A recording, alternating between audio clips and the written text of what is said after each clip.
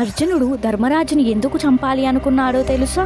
కర్ణుడి చేతిలో ఓడిపోయిన ధర్మరాజు విశ్రాంతి కోసం శిబిరానికి వెళ్తాడు. గాయపడిన ధర్మరాజుని చూడడానికి కృష్ణార్జునులు శిబిరానికి వెళ్తారు.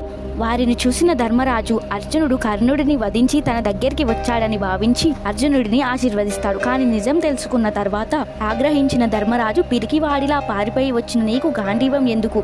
గాంధీవాన్ని శ్రీకృష్ణుడికి ఇచ్చి ఇవు రథం తోలుకోమని అంటాడు.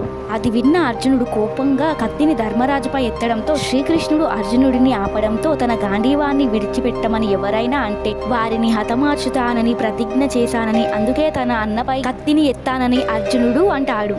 తల్లిదండ్రులని పెద్దవారైన అన్నని దూషించడం వారిని హతమార్చడంతో సమానమని, కాబట్టి ధర్మరాజును దూషిస్తే నీ ప్రతిజ్ఞ నెరవేరుతుందని శ్రీకృష్ణుడు అంటాడు. అప్పుడు అర్జునుడు జరుగుతున్న వాటన్నిటికీ ధర్మరాజే కారణమని నిందించి తన అన్నపై కత్తి ఎత్తి నిందించినందుకు పరిహారంగా అర్జునుడు తనని తానే చంపుకోబోతుండగా శ్రీకృష్ణుడు ఆపి తనని తానే గొప్పవాడిగా భావించి తనని తానే పొగుడుకోవడం ఆత్మహత్యతో సమానం కాబట్టి అర్జునుడిని ఆత్మస్తుతి చేసుకోమని శ్రీకృష్ణుడు చెప్తాడు.